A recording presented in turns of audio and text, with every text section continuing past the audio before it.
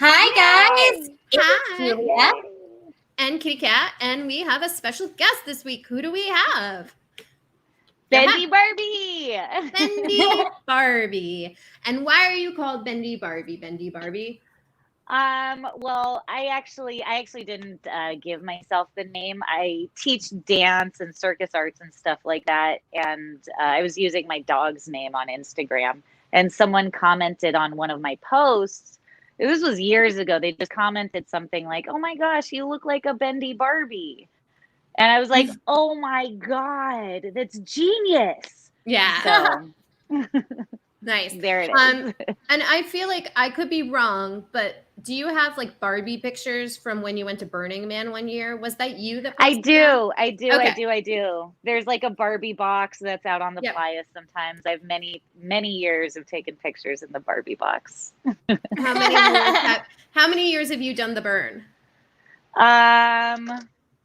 12, 13, 14, and 16, 4 years, I think. Okay. Maybe 5. I can't really remember. Nice. I feel like our Venn diagram between people who do sex podcasts and people who go to Burning Man is very much there's a wide ratio in the middle. It's so interesting how, I mean, the Burning Man community is like very huge, but it very much includes certain groups of people like pole dancers and people who do fire and just like certain like flow artists. It's like, oh, you've been to the burn, right? Like you just assume. Yeah. What camp are you? What camp did you? I've never camped with like a big camp. Oh, you've done it like in the car or a tent by yourself? Yeah, with like just groups of friends, small groups of friends, like 10 people, and friends of other friends. We had like a bigger camp one year where there's like 20 people. But it's kind of nice to do it that way because there's not a lot of responsibility. Yeah, so. And probably not a lot of drama too, because usually the bigger the camp, the more drama there is. The more drama, exactly. Yeah. I've gone 2 years. In the first year, I was in a camp of 30 people, and the second year, I was in a camp of I think like 450 people.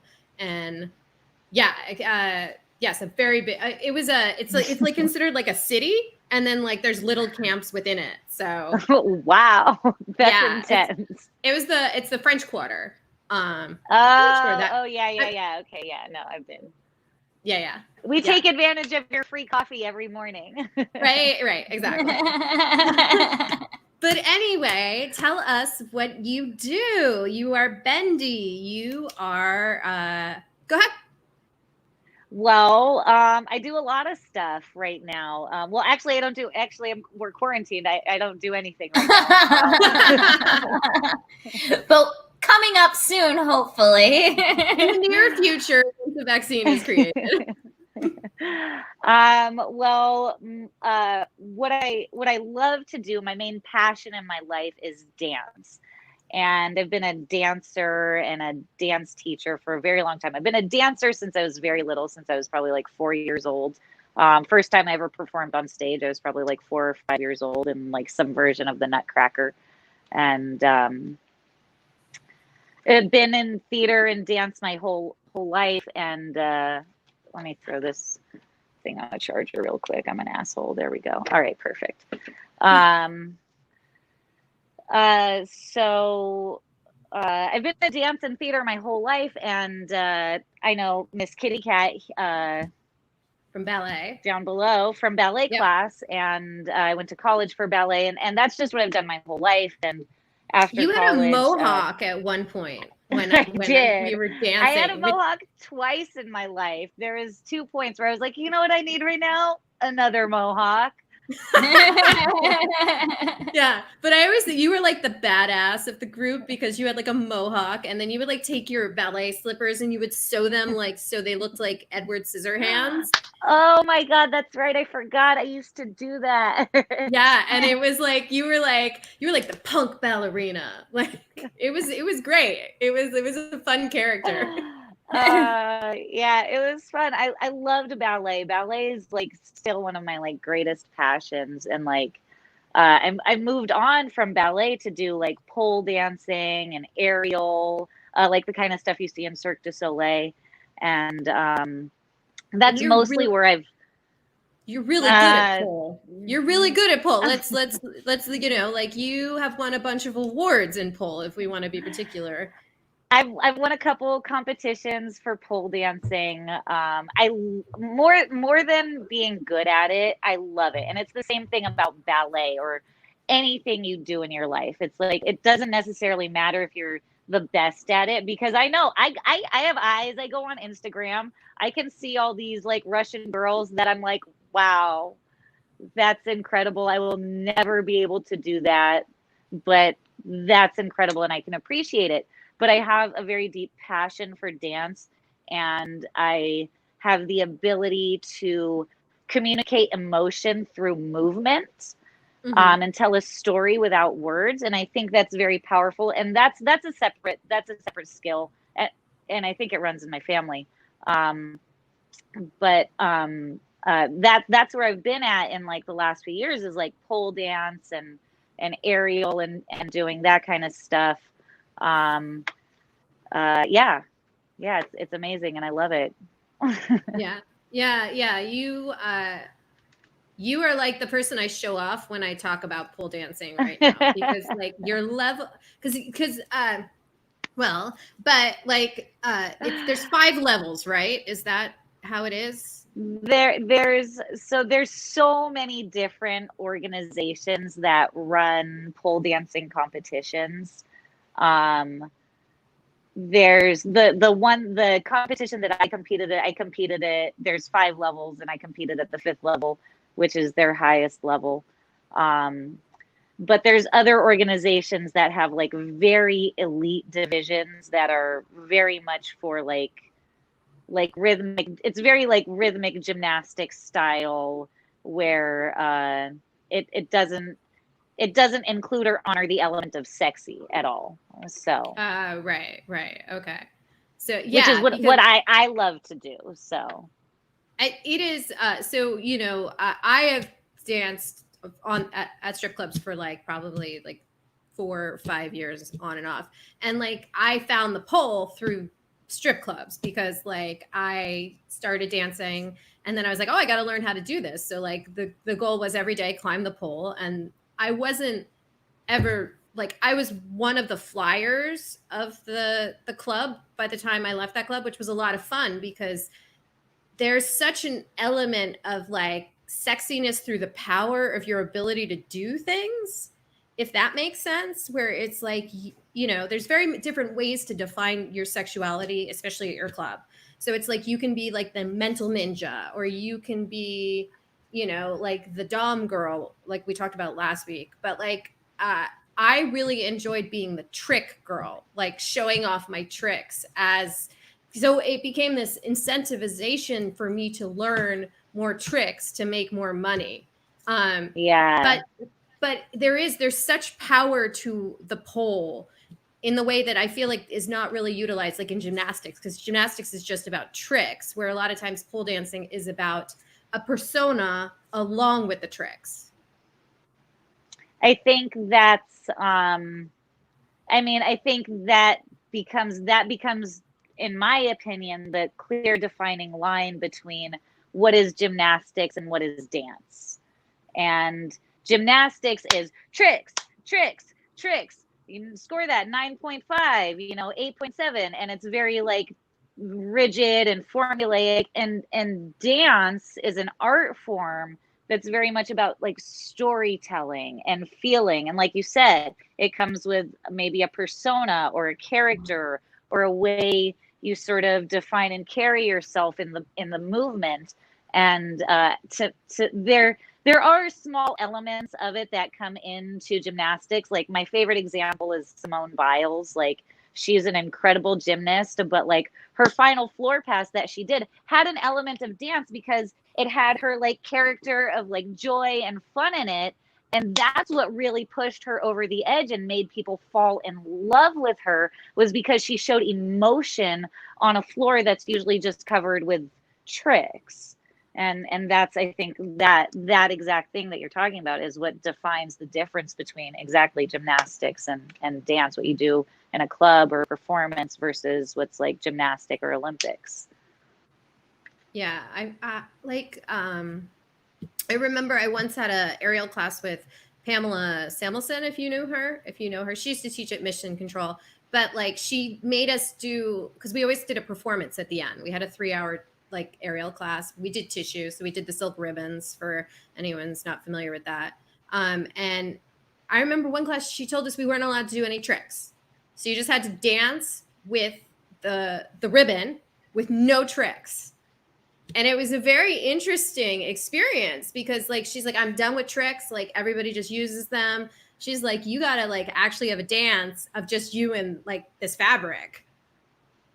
That I feel like that can be almost terrifying because a lot of times we like choose to like hide behind those tricks and things that we know how to do. It's like, oh, I know how to do this, so I'm gonna do it. And when all of a sudden that's taken away from you, it's very much that feeling of being in front of an audience in your underwear, as it were, you know?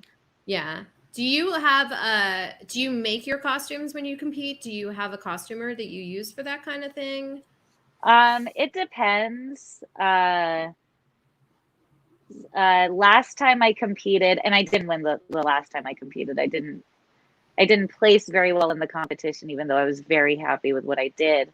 But the last costume I wore, I don't know if you're familiar with Black Tape Project. No. Explain it.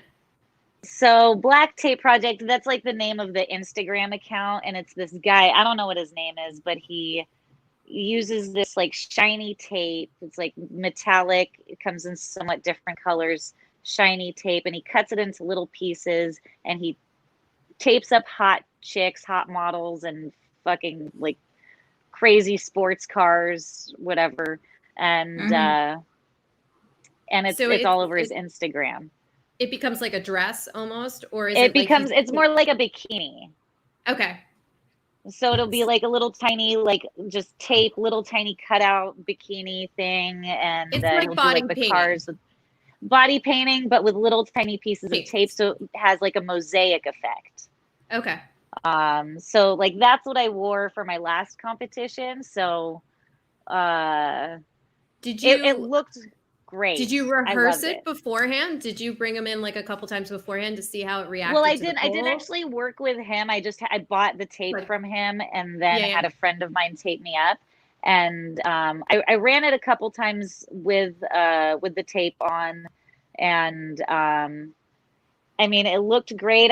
You lose a couple pieces here and there, but I was, I really liked the look, and it really went with the overall look of what I was going for and the like piece that I was trying to create. And like I said, that's what I'm really about. I'm so much less about like doing tricks and things and more about like trying to create like a vision or an image or a feeling or a story. And it went really well, and it was really awesome. I loved the way it looked. It was so cool. Nice. But I usually try to keep my costumes really simple, like very simple and not too complicated, and really just make it mostly about like the movement and the dance. And you also do partner pole. Is that the way to say it? I'm not quite sure what the right doubles or partner. Yeah. Usually we call it doubles. Okay. I think the correct term, like in the circus community, is duo. That's what they call it if you're doing like duo trapeze or duo silks, something like that. But we say doubles in the pole community. And yeah, I do a lot of doubles work, and I love doubles work. I really do. It's really fun. And what do you love about it? I think the thing that's most fun about it for me is excuse me, getting to work with a friend. What I've realized over the years, I've been pole dancing. The first time I took a pole dancing class was in like 2003. I got into it really seriously in 2009. I've been doing it like forever. And so pole dancing is really hard. It's really hard work, and it hurts, and it's not a lot of fun. But the thing about it that makes it fun is the people that you meet, the teachers, the other students, and the community that you build while you're doing this thing that's incredibly challenging. Like, it's not a lot of fun to like work on these things that are like really, really hard. You know, but like when you're in a community of like a room of people that are like cheering for you and they're like, yeah, yeah, yeah, you got this. Or like, oh my God, that was amazing. You looked so cool. Like, oh, here, I got a picture of you doing it. It's like that community is what's really empowering and really uplifting. And I always say this to my students when I'm teaching pole dance. I always say like pole dance friends are literally the kind of friends that will like pick you up when you fall. They will literally be there to catch you. Like they're there for you in like such a major way for your like failures and successes. And so what I love about doing pole doubles is being able to spend time with a friend doing something that we love and creating something and failing at something and, you know, working on something with a friend, which is I think just a really it's just a really good feeling, you know. And when you're finished with the project at the end and you're like, look what we did and we looked badass, you know, it's a great feeling. So And when you do doubles or duo or whatever reference we can use, is there two poles and you jump between the two, or is it like two girls on one pole, or is it a little bit a mixture of both? it's a mixture of both. In a competition, they want to see a mixture of both, like synchronized on opposite poles, and they have different elements that they look for, like flyer base on together on a pole, as well as you know, like stacked elements together on a pole. So there's different elements that they're looking for when you do like a doubles pole competition. Oh, Out of curiosity, for a pole competition, what do they judge on? Is it primarily the tricks? Is it primarily the art? Like, what is the judging criteria? It's actually literally an exact combination of both of those two things that you mentioned. Okay. There's like smaller categories within that where they'll judge like difficulty of tricks, execution of tricks, you know, creativity, and then also the artistic elements like the storytelling, the emotion. Was your idea clearly expressed to the audience and the judges? And so you know, they judge on both of those elements combined. And for doubles, most of the competitions that I've done for doubles, it's fairly balanced between the two. I know that in other competitions, they tend to judge more heavily based on one or the other. So it just depends on the organization that's running the competition. Where's a good place for people to start if they want to get into pole dancing? Well, it depends on where you live. I live here in Los Angeles, and there's tons of great studios all over LA. You can just like literally just go onto Google, and if you live anywhere in a city, there's a good chance that there's a pole dancing studio like really somewhere close to you. If you don't have a studio that's close to you or that has classes that work with you, there's all kinds of like online tutorial like websites that do like really, really good like little beginning pole tutorials that are like, they're easy to follow. It's a good way to get started. That's actually how I started. I bought a pole and I put it up in my house, and I started just by self-teaching because I didn't have time to attend classes, and that was 1,000 years ago before there were classes. And so you can get started that way. Yeah. Did you start with the one that connects to your ceiling inside, or did you start with the base that is outside that like looks a little bit more like started a with wobble? You can actually see it possibly back there. There it is. That's the pole, and it goes floor to ceiling, and it's exactly like a tension rod that you would use to put up a shower curtain or something like that. It's just a giant version of a tension rod. And they're extremely secure as long as you install them properly and don't exceed the weight limit, which I think is 250 pounds. And they work wonderfully. You just have to put them in correctly so you don't end up in one of those fail videos on Instagram. Right. Yeah. And do you, in regards to like, now you're pretty open in terms of your sexiness. There's nothing that you're really hiding to the world. Like some people, it's like you have a regular life and a muggle life, but I feel like yours are the same. Do you find that to be the case?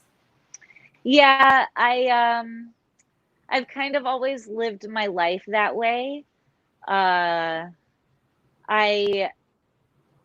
always embraced, like, that's the first thing that brought me to pole dancing in the first place, was the whole sexy aspect of it. I was never really, while I love doing tricks and learning tricks, my goal is never to be like, oh my God, I have to do 18 of these crazy tricks in a row. Like, that's never been my goal. I've always really enjoyed the way it made me feel like I'm a hot, sexy babe.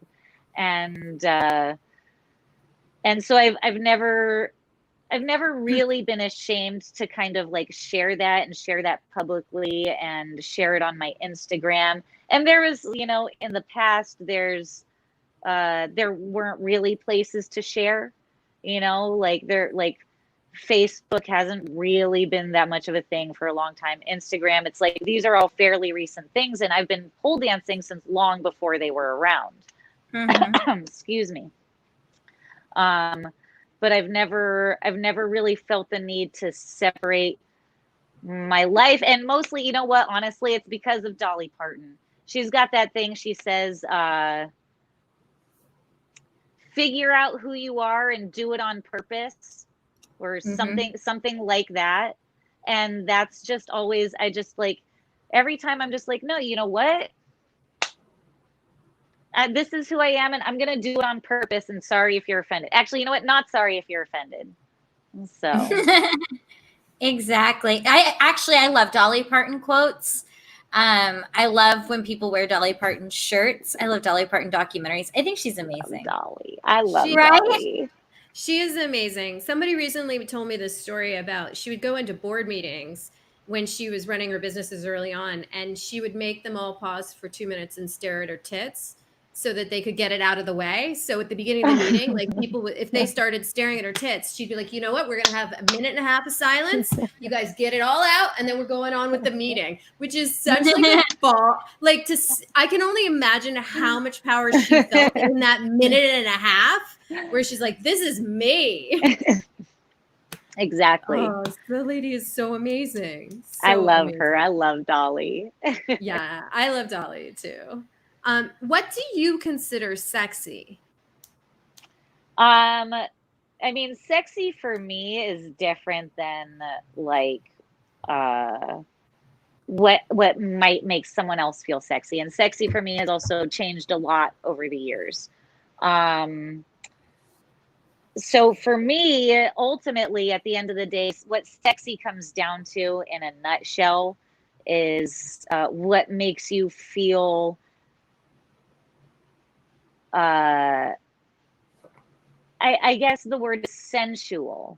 Like that moment, like for me, like I started discovering what sexy is for me in moments of like sensuality. And by that, I mean like whether it was like a smell or a touch or a feeling or an article of clothing or something like that, where I would like put something on. And a lot of it I discovered through dance, through exploring movement and things like that, where I would, wear a certain thing, and all of a sudden, wearing high heels, I'm like, oh, now I had never danced in high heels before, only point shoes, and now I feel sexy.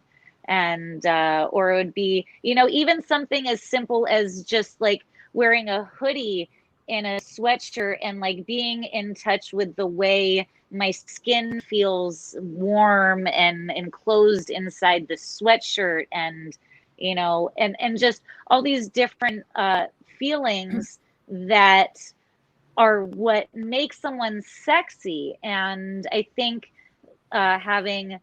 confidence is a huge part of it, being confident enough in yourself to be able to tune out the outside world and what other people are saying is this is sexy and this is sexy and this is sexy and that's sexy, and being able to like tune that all out and really go inside yourself and being like, no, you know what, right now this hoodie makes me feel sexy, or right now this leather mini skirt makes me feel sexy, or whatever that is.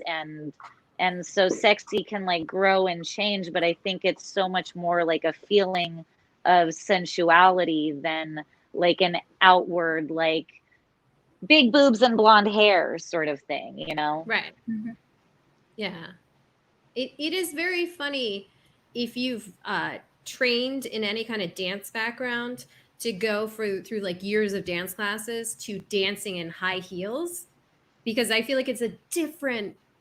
There's a different level of empowerment that just comes with putting on a pair of 6-inch heels, where it's like you feel like you can own the room dancing wise. And I mean, it's definitely an art form. It takes a while to learn what the shoe will withstand and what it won't withstand. Yeah. And, you know, finding the ones that have the right grip for you. Like, for regular high heels, I don't even wear non-stripper shoes anymore because I love the grip on stripper shoes. I know. I'm like, I just want to buy. I'm like, my regular high heels are 5-inch pleasers. Yeah, exactly. That's funny. So for people that might not know, Pleasers is a brand of shoes that kind of caters to the stripper world, we'll say. They have a lot of stripper-inspired designs. What's a stripper-inspired designs? High heels. High heels. Yeah. Usually something above 4.5. 4. Yeah, I'd say 4.5. 4. Right, because I feel like most normal heels, you have like kitten heel, which is like like an inch, and then you've got like a high heel, which is like a 2-3-inch heel. It's 2-3-inch heel, right? And like the difference between a 2-inch heel and like a 6-inch heel is like you feel a whole level of empowerment that I feel like I never feel when I have my little 2-inch heel. Yeah, exactly. Yeah. One of my teachers she always says to the new students that come in barefoot and they're like, oh, I don't know. She's like, you should buy a pair of stripper heels because they give you superpowers. Well, and they like legitimately add like length to your leg for pole dancing, right? Like it helps. They do, right? But they also like really just give you superpowers. They're just magical shoes. Just magical shoes. Exactly. Yeah. Well, I think that's something about a pole dancing class that a lot of people, I've done a few classes, I'm not very good at all, but I enjoy the art. But it's so funny because you have to be relatively naked to stick to the pole and do some of the tricks. And it is interesting when these instructors have to be like, okay, so you need to like, if you want to do this one, pull your shirt up or it's not going to happen. Like, it's an interesting, it's like, this isn't about being sexy all the time. This is just practical. Function, like, yeah, functional nudity. Exactly.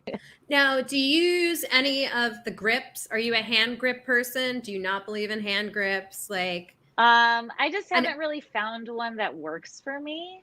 Mm-hmm. I have very sweaty hands, so I have very sweaty hands too. Like really, really, really sweaty hands. So mostly what I do is I'm very consistent with rubbing alcohol. I use eye tack on my body for like other grip. That's the one I like for my body. For my hands, if I'm competing, I have this, and I'm like I'm vegan and like very like cautious about what I eat and what like all my stuff is all natural and like very like healthy for the body, the environment. But when I compete, I have this hand lotion and grip that I use that's got aluminum in it. And you're not supposed to use aluminum anywhere, but I'm like every day, every 10 minutes, I'm like, I don't care, give it to me. But that's the only time I'll use it. When I started pole dancing in Vegas, which is a very dry humidity. And at one point I went to New Orleans and danced in New Orleans on Bourbon Street for a while. Now, the funny thing about New Orleans is like, first of all the buildings are like super duper old with these low ceilings. So I was working with like this huge pole in Vegas at Hustler, and I went to like these, I mean, like just like a normal ceiling, and I was like, oh shit, none of my tricks work. But even crazier is because while I was there, it started raining, and in New Orleans, they keep the doors open, and they had carpet, so the rain would come in, and the carpet would get wet. So then the strippers are walking on the carpet, picking up the water, and then going and doing their routine on a pole that's super sweaty because of the humidity, and then like the floor was also wet at times. That sounds like a really dangerous situation. It was so dangerous. It was so dangerous. But like also I said, because the ceilings were so low, the poles were a lot lower. So it was a lot more floor work for that reason. Yeah. But I was like, who knew? Like, who knew that like these were all factors involved in trying to do like pole tricks? Like, you know, it's like one of those things where you start talking about the specific details of something. Yeah. So, do you have any overall tips that you would say for someone who really wanted to up their pole game to the next level? Someone that maybe has been doing it for a while. Are there Instagram pages that you would recommend following? Is there like you know, honestly, one of the biggest tips, like, it depends on what you want to do. You know, if you want to do sexy style, there's sexy people to follow. If you want to do like gymnastic style, there's gymnastics. If you want to do low flow, if you want to do whatever style there is, there's somebody out there for you to follow and get inspiration from. But I think the most important thing, and this goes for almost any activity you want to take up in your life, is take care of your body. Like when you're new, make sure you're warming up, make sure you're stretching, make sure that if you are starting this brand new and you don't have a lot of like upper body strength or body awareness, make sure you're engaging your muscles, engaging your shoulders, because one of the biggest things that happens to new baby pole dancers is injuries, especially in the shoulders, like shoulders, wrists. Like it's really common just from not knowing how to grip the pole, or not knowing how to engage the shoulders, or maybe not even having enough strength to try something, and they try to push themselves too far and try something before they're ready. And I think that is the biggest thing that I would say to any pole dancer or aerialist or anyone trying to get into that is like you really want to like make sure that maybe you're seeing, I don't know, maybe see a physical therapist or a massage therapist or, you know, chiropractor. Just make sure you're also taking the time to self-care and take care of your body and take care of any injuries, and don't let them get exacerbated, because if you get injured early on, it's going to make it so much harder if you want to keep going with it. So I think that's like one of the most important things. And I see so many injuries. Is there any kind of, I mean, besides like yoga, is there anything that you suggest to counterbalance some of the pole injuries? Not injuries, but like, you know how you can balance out certain forms of exercise to counterbalance the detriments of it. Yeah. So like, is it good to do pole and Pilates, or like pole, of course, pole and yoga? Pilates is awesome. Pilates is awesome for anything you want to do in your life. Pilates is amazing. Everyone should do Pilates every day. It's going to make you good for you. Good. Yes, you get a good start. Like, it's so good for you, and it's gonna, like, no matter what you want to do, if you're a ballet dancer, if you're a pole dancer, it's gonna bring the kind of strength and stability into your core that you need for that sort of movement practice. Pilates is a great complement to it. I would recommend making sure, for pole dancers especially, making sure you include something that also works your lower body, whatever that is. You know, if you love to go to the gym and do leg day, then do leg day. You probably don't need to do arm day quite as often because you're doing pole dancing, and that's pretty much arm day every day. Or ballet, you know, whatever it is you like to do, but finding something that's also going to work out your lower body because a pole dance work, it's so much shoulders and back and core, shoulders, back and core, that you really want to also make sure you don't end up with like giant stripper shoulders and like little tiny twig legs.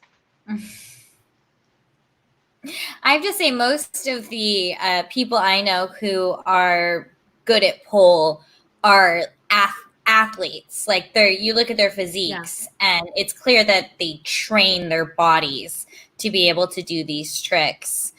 We did a wedding here in Vegas maybe like 2 years ago where they wanted to hire a stripper. So I brought out somebody from LA being like, well, you want a pole dancer? I'm going to get you a real pole dancer. And I've never seen, people were like, that was so much better than I could have even, because you don't see it that often. When people think stripper, they're like, oh, walk around the pole. And you're like, no, these girls who are pole dancers are gymnast athletes. Like, well, I mean, and that's the thing is, like, when I worked at a strip club for years, and I never really, like, the people never really paid me a ton of money for the tricks I was doing.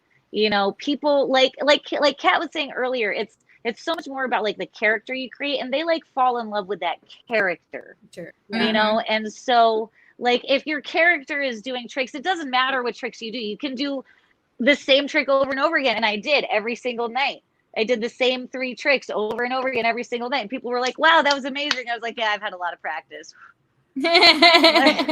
Only every night this week for the last 8 weeks. So, but it's not necessarily about like the tricks or the performance. Whereas when you bring it into a different situation like that, where it becomes more performative rather than somewhat interactive, then that level of performance is necessary to get people to go like, oh wow, that's like, that takes real strength and skill to be able to do that, because it really does, no matter where you're doing it, but people don't realize it.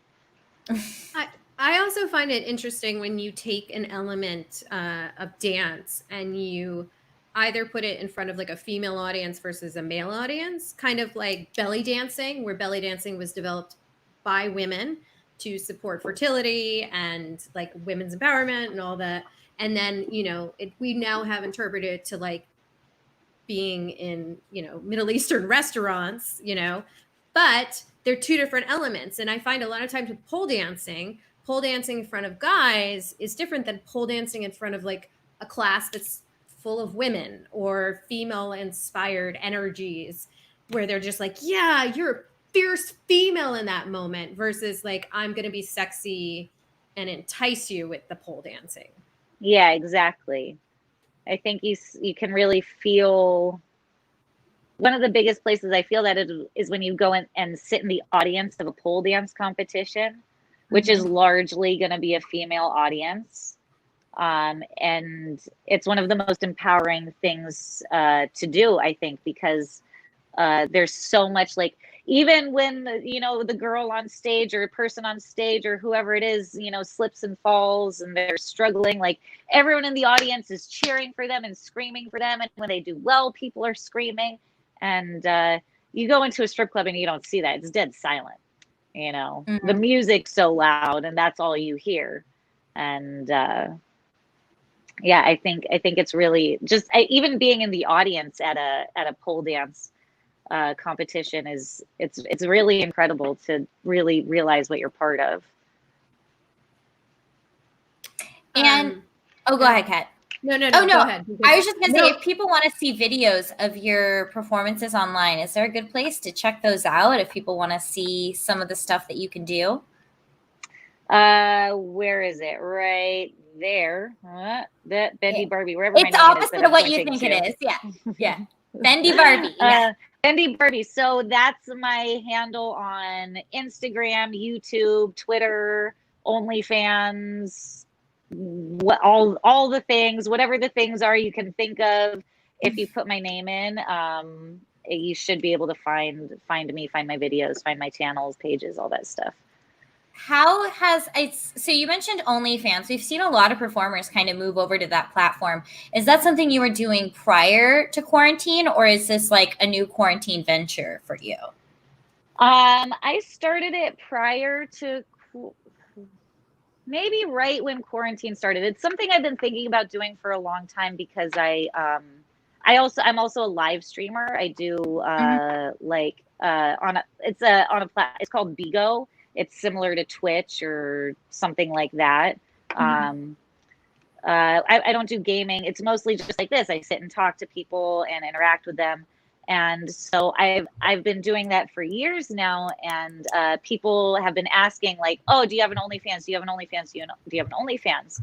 And I've just always done Snapchat instead of OnlyFans. And then finally, after a while, I was like, okay, you know what? Maybe people keep asking. I guess maybe I should start an OnlyFans. And you're talking about Snapchat paid, right? Or are you just talking about straight I only have one Snapchat, and people do have to pay to get on it unless I actually know you, and then I add my friends.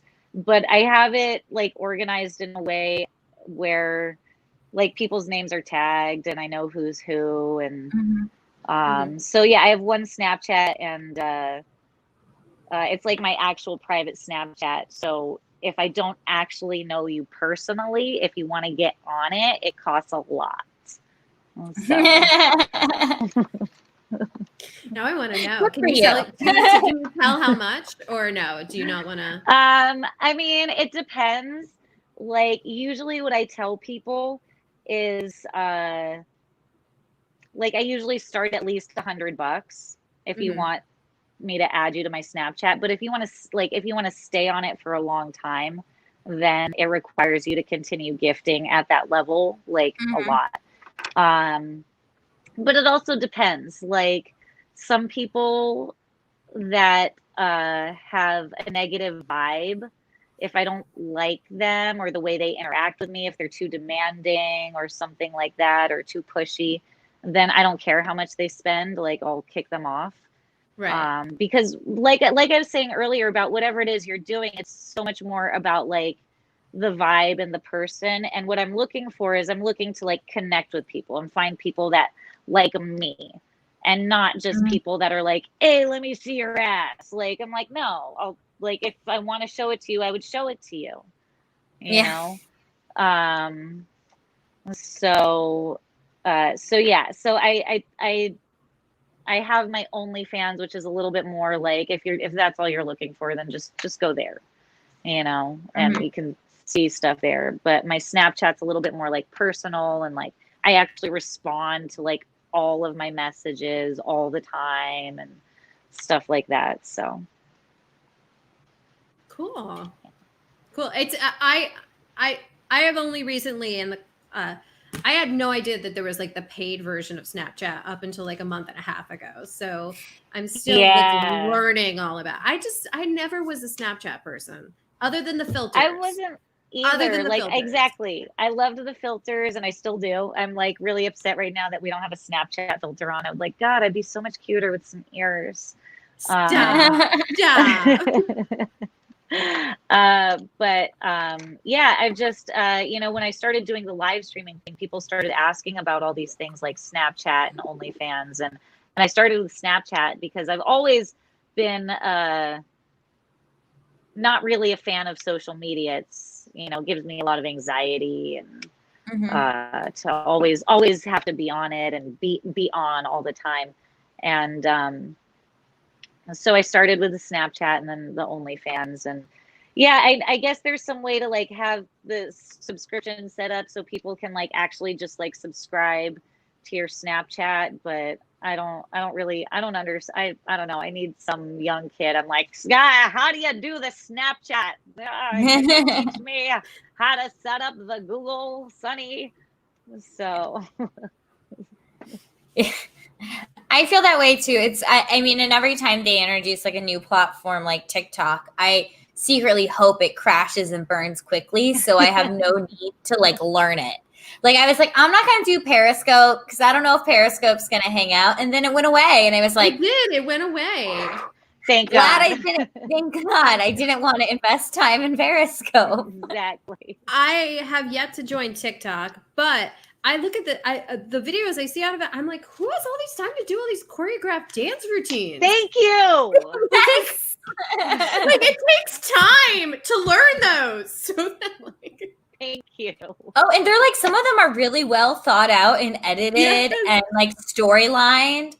And I have a little sister. She's gonna be 13, and she has TikTok, and she'll get like thousands and thousands of views on these just dumb videos she makes in her loft. And I'm like, who are these thousands of people watching your videos? Should we look into this? Like, I mean, because it's not like thrilling content, not to put down her creative work, but I don't know. TikTok is a beast. I'm like I said, I'm hoping it goes away so I don't have to learn it. Yeah, me too. Like I can't deal with another one. Like, Yeah. Well, it's like after a while, you just have to pick your battles, whatever they are. You're like, okay, I like that one, and I like that one. So, you know, exactly. like Twitter. The only time I post on Twitter is like if I'm sharing a YouTube video or when I think of something funny, and then I want it like as like a little like, oh, okay, I'll look at the times I was funny. You know, at some point. Well, what's interesting about the platforms is they all regulate sexy so differently. They all have such different. So like Facebook is like cracking the whip. Apparently TikTok is not super friendly either. But to where like Snapchat and Twitter, you're going to be a lot more in control of your content. So yeah, exactly. I am amazed at the stuff you can put on Twitter. You can put anything on Twitter. Yeah. Like, I mean, I'm just like, how is this possible? Is there no regulation on this whatsoever? Apparently not. Freedom of speech and nudes, I guess. Yeah. It's crazy. Awesome. Well, it's been so great having you. I love just learning different stuff and letting people learn stuff about, because like pole, I think is something that a lot of people are interested in. But unless you know someone who's doing it, it's almost like it's a little still taboo. Not taboo, but like there's a stigma. There's a stigma. Yeah. Yeah. You got to kind of like be like, okay, I'm going to go out and do this. Like I'm going to. Yeah. I think there's also a lot of myth around it. Like people think like, oh, like I've had people that I know ask me about it and they're like, oh, I need to get into shape before I go to pole class. I was like, no, you go to pole class to help you get in shape. Yeah. Like there's no, like, you don't have to be strong. You don't have to be a certain size. And one of the things that is unfortunate, you know, is the way the media represents, and a lot of brands represent pole dancers, and they represent this like very thin, white girl that's like the ideal pole dancer. And it's like, well, that's not necessarily true. Like I know plenty of like curvy girls who are pole dancers. There's beautiful Black girls who are pole dancers. There's trans people who are pole dancers. And there's so many different kinds of people that are pole dancers that it's not limited to any one type of person. And I think one of the things that's actually happening in the pole dance community right now is that they're trying to become a lot more inclusive of who's represented in the pole dance community. And I think that's really important because I think there is a lot of myth around who can pole dance. Well, if people want to check you out, they can find you at Bendy Barbie. Yep. I have a website, bendybarbie.tv. And there's links to all my social media there too, or just plug my handle in to whatever you're looking for. Sounds great. Thank you so much for joining us. It was so great talking to you. Yeah. Thank you guys. Thank you so much for having me. Of course. Till next time. Bye. Bye. Thank you. Bye. That was so interesting. She is fascinating to me. She's been so Bendy Barbie is her own individual person. And that's the best way to explain it. And she's always been her own individual person. And it's like she knows who she is. And that's what I love about her so much.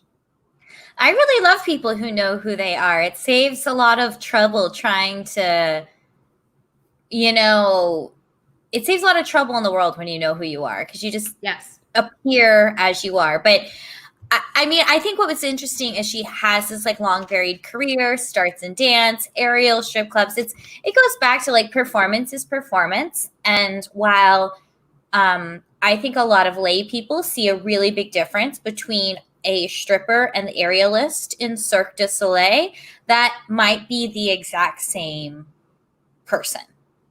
So so the difference isn't so much in the performer. The difference is really in the audience. The audience's perception of it. So exactly. For example, I remember the first year we went to Beehoff, and that was the year I went and saw Zoomanity with Lola Boutte of the Dollface Dames, and then that was the year I went. Were you there that year? You were there that year, right? I was there. I didn't go see Zoomanity. You didn't. Okay, so you didn't go see it, but then we went to Beehoff, and the big running joke of that year for me was I saw more nakedness in Zoomanity, the Cirque du Soleil show on the Strip, than I did at Beehoff, the Burlesque Hall of Fame weekend, just because of the standards. Like, you know, Zoomanity is the topless show. So it was like, I was like, this is hysterical. Like, so this weekend, we're working on, I guess I can say this, it's in the works, a really exciting partnership with the Erotic Heritage Museum here in Vegas. But we were going through the museum with the girls to kind of show them the space and stuff. And they have a show called Puppetry of the Penis in the theater at the Erotic Theater Heritage Museum that's been running there for years. And it was running in New York for a long time too, and LA. Like it's I believe it's an Australian show that has international, like I believe they have like a London cast and a Toronto cast and like all this stuff. Like it's like an international a cast of penises across the country.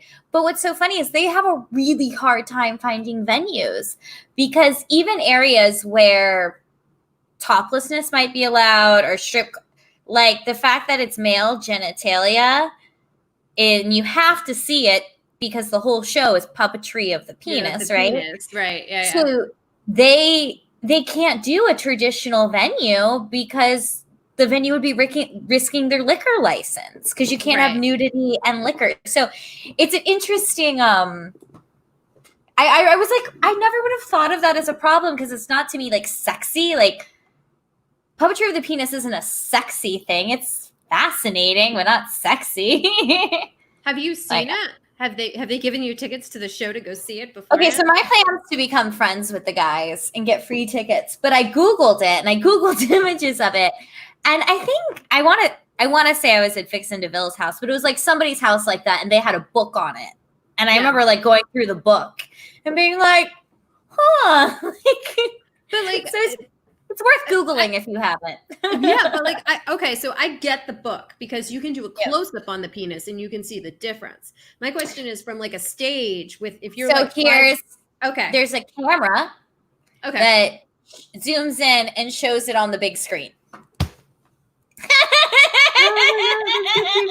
This gets even better.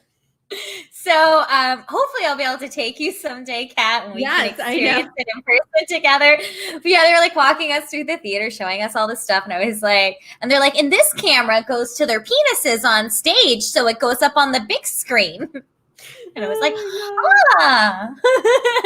It just goes to show you, like what we were talking about like the other day, where it's like, when you get over a level of nudity, you're like, okay, that's a cool thing to do. That's the thing that like, you know, but I mean, it's almost more authentic. Like a little boy kid loves to talk about its penis. He loves to play with his penis. It like, you know, it's like we've just become adults and we're not supposed to in public anymore. But there's still that amazement behind going to the puppetry of the penis. It's an international brand.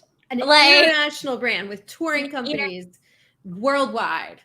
Yeah, so don't knock it, you know? I am not knocking it at all. I think it's amazing. And even though I haven't seen it yet. So yeah, I think it's amazing they do it. But speaking of adult entertainment, some of our other adult entertainment here in Vegas is starting to open back up, including Club Palomino. Yes, Palomino, which is a good segue for the puppetry of the penis, because here I'm not in Vegas right now, but in Vegas, the rule is, like you were saying earlier, Julia, is that if you show nudity, you do not get a liquor license, which is kind of a standard, strip club rule almost all over the country. Yeah. But Palomino was grandfathered in with I believe, cabaret license and a liquor license. So it was the only place where the girls could get fully nude and you could get boozed up. And that was like the thing about Palomino. It was like Palomino is the only club that has both of these. But that's what makes it such a draw. It was, and it totally is. But because of COVID, they are reopening, but they are rebranding themselves as a bar lounge, not a strip club for right now. So that's really interesting. It is very interesting. So they are going to be open from 6 p.m. to 2 a.m. in the morning with limited service, like everybody else. And they said that it's going to have girls there, but they didn't want to say that they were entertainers or, aka strippers.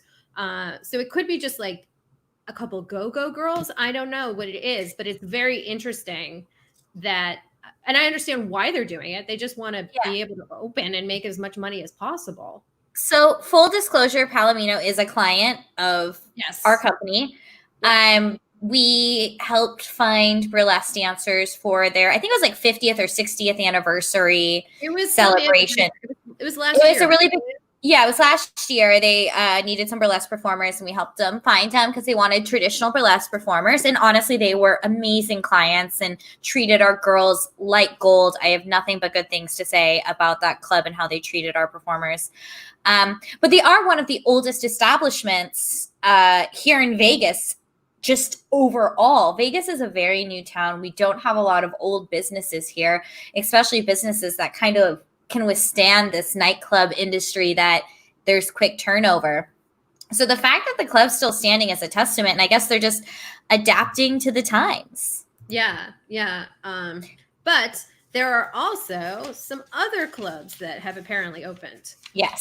And this is based on the Fox Business article that I think came out like 2 or 3 days ago. It's a pretty recent article overall. Because like that's the thing in this day and age, you kind of have to look at the date of the article too, because you never know when things are up to date with news, because with COVID especially, things change so quickly. Exactly. Things just seem to kind of go, here in Vegas, nobody had to wear a mask. Now everybody has to wear a mask. So, and like things, it's like Disney World and Disneyland were going to open, and now they're not going to open anymore because everybody was like, what? So so this article, which was published on June 12th, I just found the date, is about like strip clubs overall. And they talk about, as the club's opening, what's happening. And we have found out that some of our clubs that we had talked about last week have opened. In Vegas, I know the Deja Vu brand has definitely opened Little Darlings, which is a juice bar where it is nude. And now, if you live in Vegas, you know that Little Darlings has a giant like sign. I'm about to pull this up right now. Let me always drive by it. Yes, and the thing about it, that this is the new one, which says coronavirus-free lap dances. Which I feel like that's a bold claim that they are making. But they also say the dancers are getting temperature checks as they walk through the door. So they're doing the temperature check thing. They also advertised at Little Darlings, which this sign has always been about comedy. It is always like you drive by and it's like, what's the one that they normally say? It's like 1,000 pretty girls and 3 ugly ones. So then you're always like, who are the ugly ones? Like, yeah, and they do a big campaign graduation season here in Vegas to get all the girls graduating high school to come dance at Little Darlings. 18-year-olds. As soon as you turn 18, you're supposed to go down to Little Darlings and start dancing like that night. I know quite a few girls who have done it. And I do believe, I could be wrong, but I think it was one of the, supposedly like if you start at 18 and it's your birthday, they like give you like house fees for free for like a month or something like that, because they're like, we got you first. Yeah. Yes. Well, so, one thing. Go ahead. No, I was just going to say, this kind of relates. I was scrolling through Instagram and I saw Jack the Stripper, which, if you don't know who she is, she creates these really funny cartoons related to strip life. And she is a partner in crime of Valerie Stunning, who we talked about in the last episode. Correct. Well, she just posted this thing that was created in partnership with a bunch of different kind of stripper organizations that are talking about the demands that strippers should make for these strip clubs to stay in business. One of them kind of relates to the Black Lives Matter movement, which is about having more integrated hiring in strip clubs. Apparently, strip clubs can be a very white place and a very one type of body place. Yes, where there's only one acceptable form of beauty. So they're looking to change that. They're looking to abolish the police in clubs. A lot of girls get arrested for really dumb stuff in strip clubs. There are a lot of dumb rules in Vegas that, like, when you start hearing, like, one of them is if you're on stage and you've taken off your top, you're not allowed to touch your breasts. You can touch around your breasts, but you're not supposed to touch your breasts. But like, there are all these things that are the things that get you the attention and make you the money in a strip club. And usually that's like playing with the dirtier elements of yourself for like some people. And like the vice laws, there are like undercover cops who go in and they sit and they watch until they wait something wrong. Yeah. Right. Like Stormy Daniels, when she got arrested for performing, that's what she got arrested for. Correct. So that's one of the things the strippers are saying. Another thing is they're like, hey, look, there's a pandemic going on. You need to provide testing, sick leave, cleanings, PPE. You need to sanitize these stages. You know, so they're saying like, hey, like, protect us. Like, we need to be protected, not just the patrons. And then the other thing I thought that was interesting that they were demanding is this concept of management and Me Too. A lot of the managers in strip clubs are male, and it's a very odd dynamic inside a strip club, actually. So they want to make no managers or cameras in the dressing room, zero tolerance policy for abuse, right to refuse service from customers who are crossing the line. And then they also want to legitimately be 100% independent. So as a stripper, you're oftentimes a independent. You usually always are an independent contractor. And a lot of these clubs have rules that make it more like an employee. So they're saying, hey, look, we shouldn't have to tip people out. We shouldn't have to pay a house fee. You know, there's no strip club without strippers. Yeah. So what I really like about Jack the Stripper, if you check out our page, she's really pro sex workers in terms of giving them the power. And I think a lot of these things that they're saying, like, hey, if we're going to reopen strip clubs, like, maybe now's the time to negotiate some of this stuff and get a new reality in the club. Yeah. Yeah. And I mean, I will say that, like, out of the two places that I danced, which are Vegas and New Orleans, like, Vegas is the worst when it comes to tip outs. Like, New Orleans, the first night I danced there, I went to go tip out a manager because I'd only danced in Las Vegas. And like, you do big tip outs in Las Vegas because everybody expects something. And and like, the manager refused my tip because it's illegal in New Orleans to tip anybody except the guy that walks you to your car. Like, and I was like, this is amazing. This is how it should be, you know? Well, it's true. I mean, the strippers taking all the risks. The club's not guaranteeing any money, and they're providing all the entertainment, which is the whole reason people are there. Otherwise, it's just like a dirty, dank bar. A dark, dirty, dank bar with a bunch of dudes and no chicks. Who wants to go there? And like, house fees will add up, especially when you're in a slow time, because like, can you explain the concept of house fees? Because I think people who haven't, I remember when I learned about this concept, I was honestly a little bit appalled, right? Because like of the structure of it and how it kind of took away your power to make your own hours. Yeah. So every club is different, and some clubs are more lax and some clubs are less lax. But in the world of a strip club, when you walk in, you are renting space of the club as an independent contractor for a 6-hour period.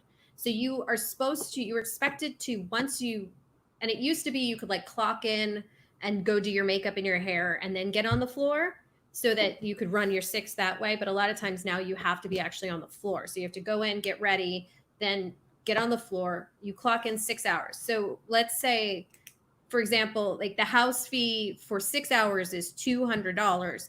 Each hour you stay, they subtract a certain amount of money. And at the end, there's a balance, which could be $40 if it's like, a cheaper house fee because you're earlier in the day. But the later you go, the higher the house fees go. So for example, like, when I did, if you want to come to work at like 11 when it's prime time, you're going to pay somewhere between $100 and $200 to walk through the door. That's insane. But at a good club.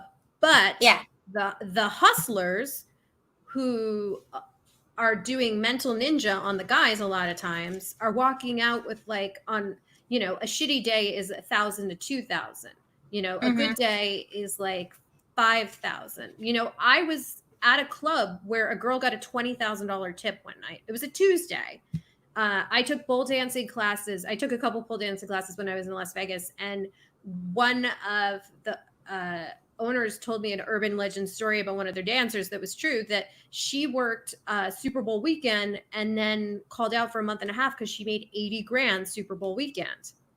Good for her. yeah, great for her. Good for her.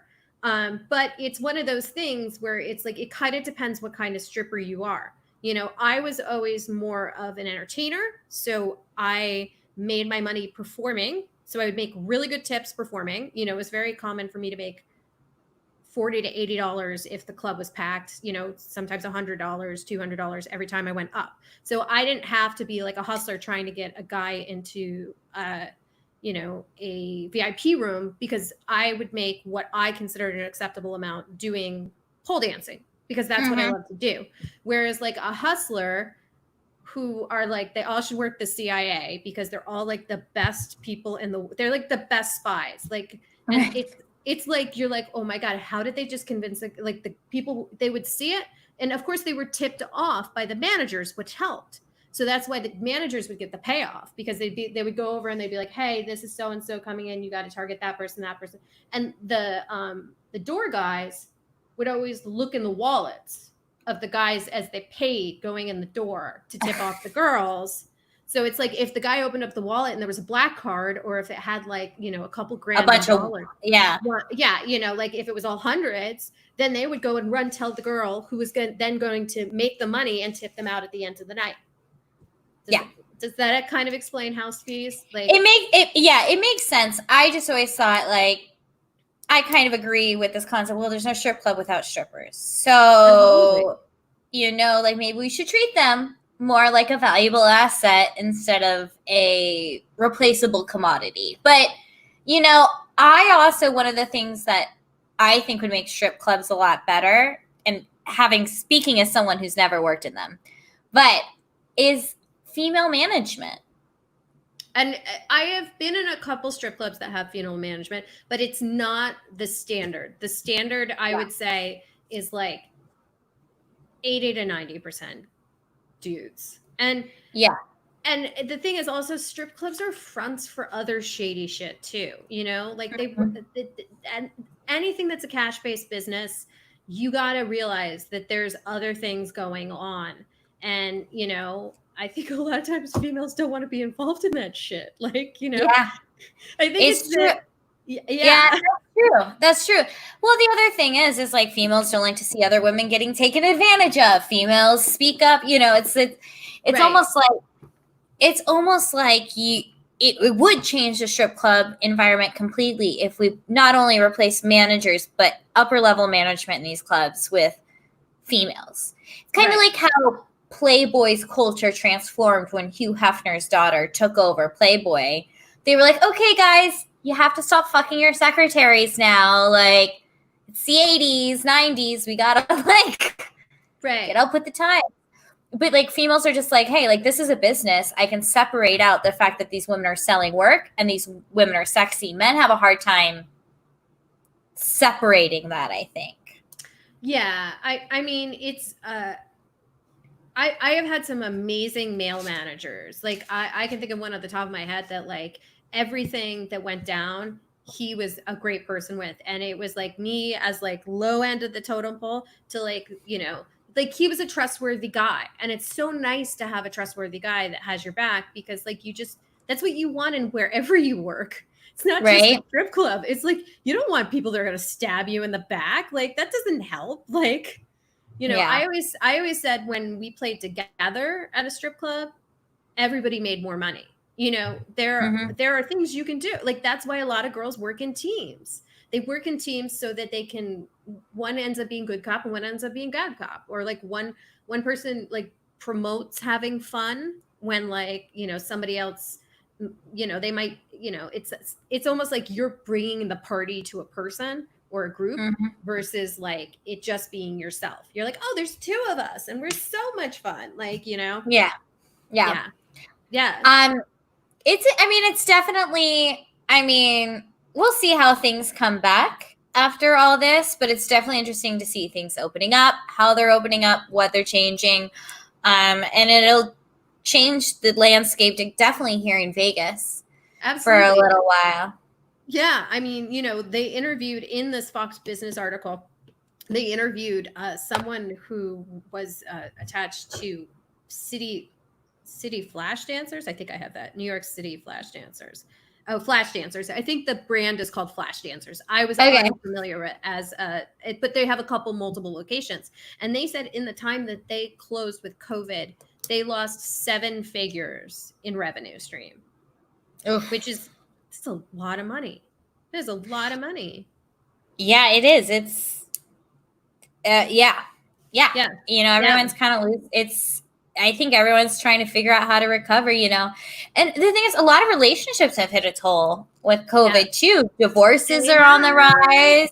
Kat, you found a really interesting article this week about kind of the actual cost of a divorce. I did. This one is from, I believe, last year, but it is through Business Insider. It was the same article group that we did in the recommendations for working in the sugar baby industry. So, you know, these articles are great because they're from the Business Insider's viewpoint, which is like, this is a business. We're going to go down to it. So the woman in this article, and I want to preface this that she got married very early. She was like married in college and she got divorced like a year outside of college. So it's not. Hey, I don't know anybody else that did that. Me.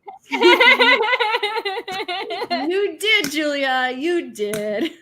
Okay, because they're all learning lessons. They're all exactly.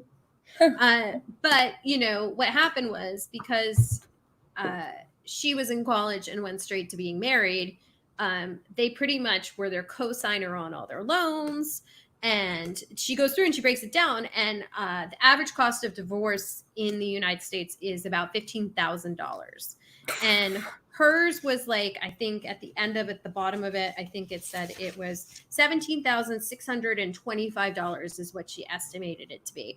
And she broke it down because she's like, you know, I needed to get an apartment because they lived in Georgia. And in Georgia, you have to actually be living in a different residence you have to be separated, which is defined as living in a different residence for 6 months before you can get a divorce. What? That's apparently insane. Apparently it's the South, which makes it South. That's nuts. Okay, anyway, so that's a rule in Georgia, so she had to do that. So that was a rule in Georgia. So she had to get an apartment, and then she had to get furniture for the apartment, which is, you know, at her case, it said it was rent plus 1 month's rent as deposit, which is nice because a lot of times it's first and last. It's month and a half, whatever. You know, but she had to do that, and she had to get furniture. Then she had a car that she had a joint title with her when they signed the loan on the car. The title was both her and her husband. So then like it got really complicated because like she had to buy him out of his half of the car. And then refinance it. And as she refinanced, she did not get the loan rate she got when she was the first time car buyer. Then she had to get her own car insurance, which was more because she was single versus married. She said like she had to switch a mobile phone because I think a lot of it was because she was 20 and she did everything with her husband. Yeah. But like then she had to get a loan to pay her husband for the car that she had to buy out the title on. So she had to like do like a $6,000 loan. She had to file for divorce, which in the state of Georgia is $225, no contested, which is like you just go and do the paperwork. And then she said she had to get $1,200 worth of therapy to deal with all of this because I need to go see a therapy once a month. And it was $120, which I actually thought was a very inexpensive rate for a reasonable therapist. Right. I was That's like, a Georgia therapist rate. This is not LA where it's like $400 or $500 an hour. Like, I mean, I feel for her because I went through a very similar situation. I married my ex-husband when I was pretty young, and when we got divorced a year out of college. So I met him when I met him when I was 18. I married him when I was 22, and we were divorced right before my 25th birthday. So, it's one of those things where all of our stuff was combined. He took out multiple student loans while we were married, which means those were my student loans too.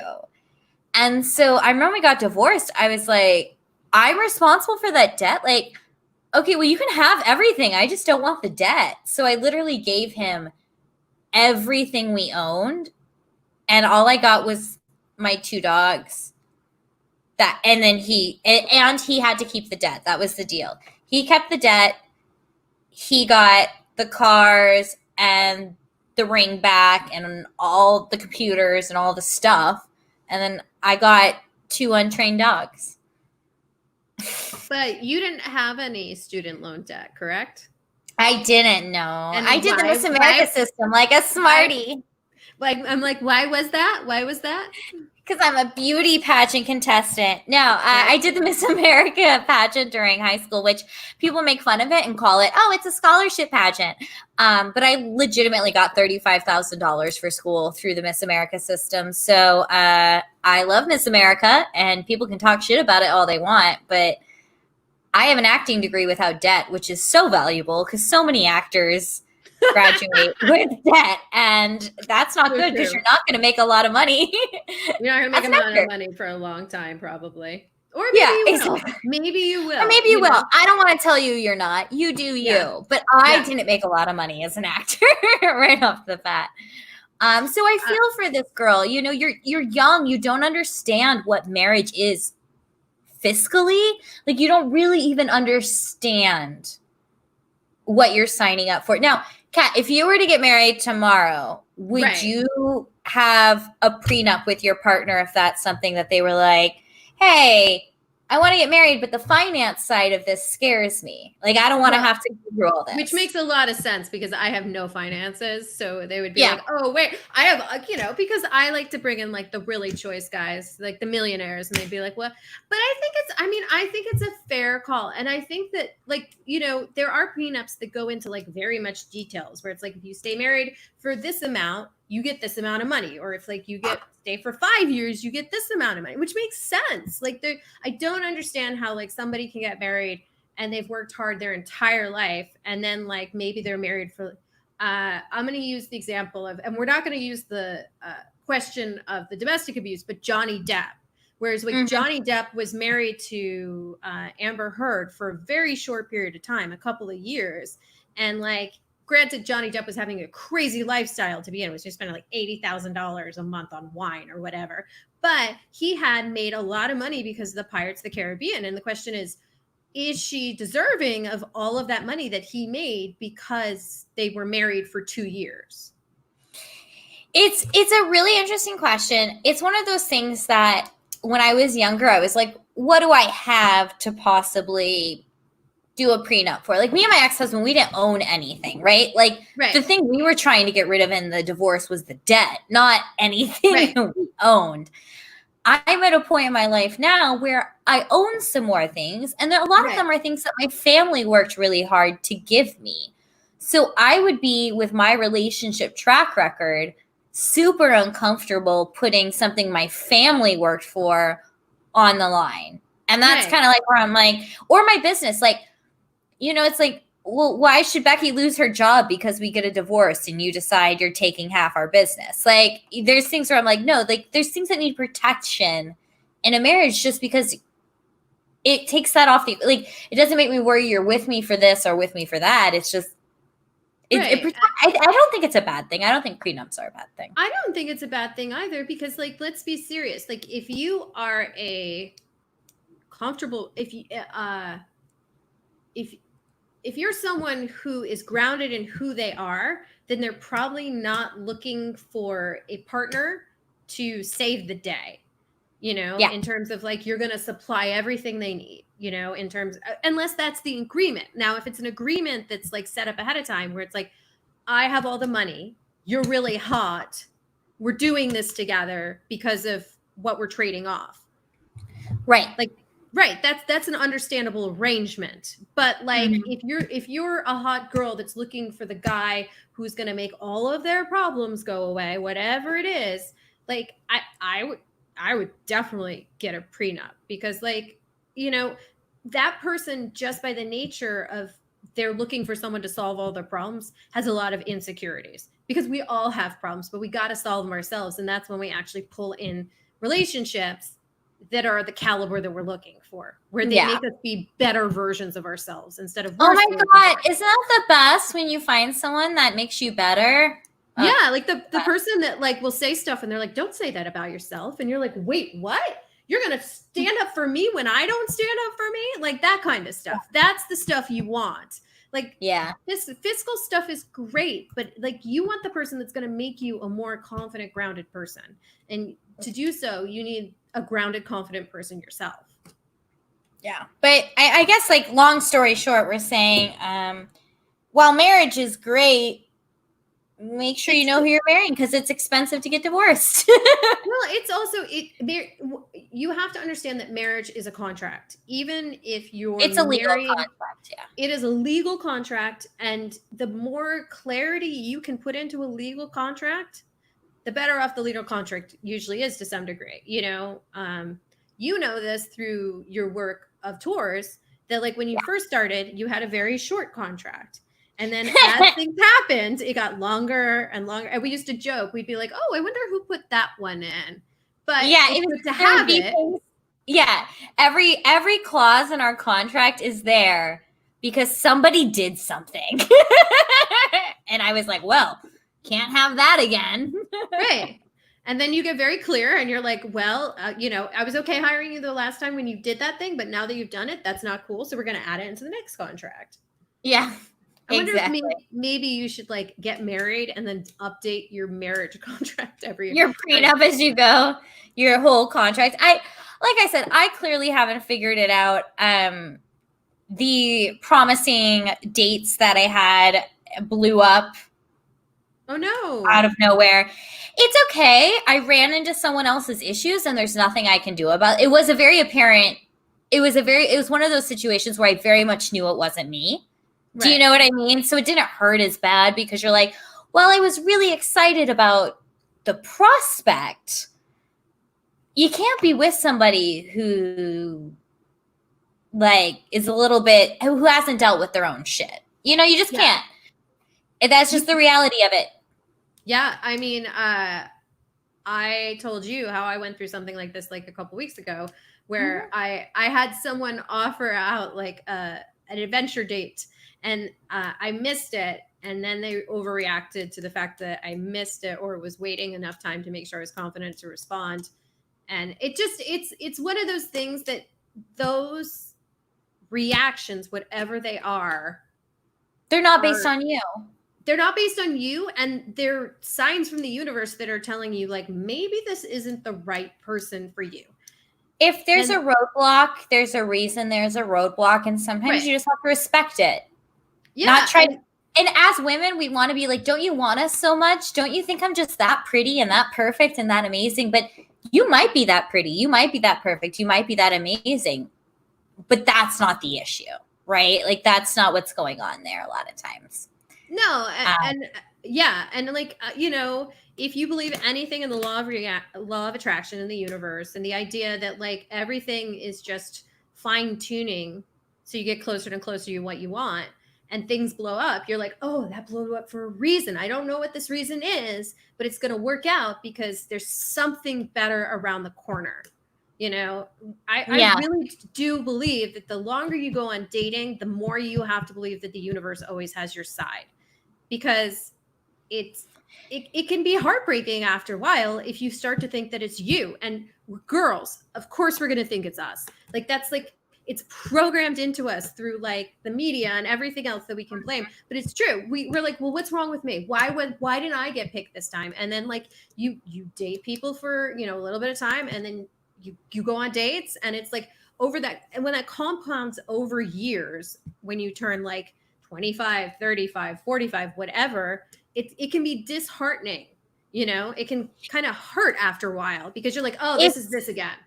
It feels like a pattern. You feel like you're pulling in the same pattern. And this is something like, obviously I haven't figured out. If I figured it out, I wouldn't keep living the same pattern over and over again. So maybe take my advice with a grain of salt. But one thing I'll say is that it gets easier every time to identify that it's not me. Like I used to always try to fix it, always try to make it better, always try to make them want me, always try to get them to see that they were wrong. I'm so understanding. I'm so good. They should pick me. Now I just go, thank you for being honest. Like, I appreciate you owning your feelings. That's not where I'm at. Like, do you know what I mean? Yeah. Like, it's just such a different. Yeah. It's easier. It's different. It's easier now. So it's so funny because when I went through this thing last week, which is not even a big thing, it's just like you start to invest in the story of something. I don't know about you. I won't speak for you. I go about 6 steps ahead in my brain. Right. And I think as a female, I do. I go like, we're going to do this. Oh, and then if that goes well, I'm already at like meeting their kids. You know what I mean? Like, right. Because you get so close. They check off a lot of the bright boxes. And you're like, that's another box they just checked off. And another one, you're like, oh, sweet. But then you hit a point where like something happens, you're like, that's not a good one. To me, the more you can get to the idea that like by the way, I love how newscastery I look with this thing. Like it's you you look great. The whole frame is just amazing. It's so true. I'm like, for those of you not watching right now, Kat has a different podcast background than she usually has, and it legit looks like somebody like set up a frame for her. It looks great. I know, and my little microphone's in. Like I said it in the beginning of the podcast. I look like I'm like 1940s like radio operator. Like I like it. Tune in Tokyo. But like overall, going back to what I was saying, like it's just the more you can get to the point where like you said, it's not your fault. It's whatever's in the story in their head, and you just believe that you have something better coming around the corner. You're gonna, it's like, and also, Julia, Mercury is in retrograde.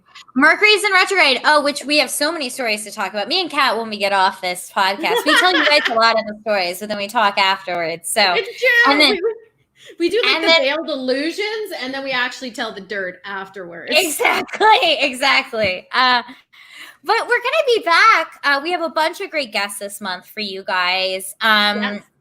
This has been such a wonderful opportunity for us to connect with so many great creatives in the sexy space. I'm so glad we brought our podcast back. If you want to listen to old episodes, you can always do that on our website, wttburlesque.com. You can also find hundreds of videos that we've created over the years, from performance videos to interview videos with great burlesque artists, great advocates, all on there.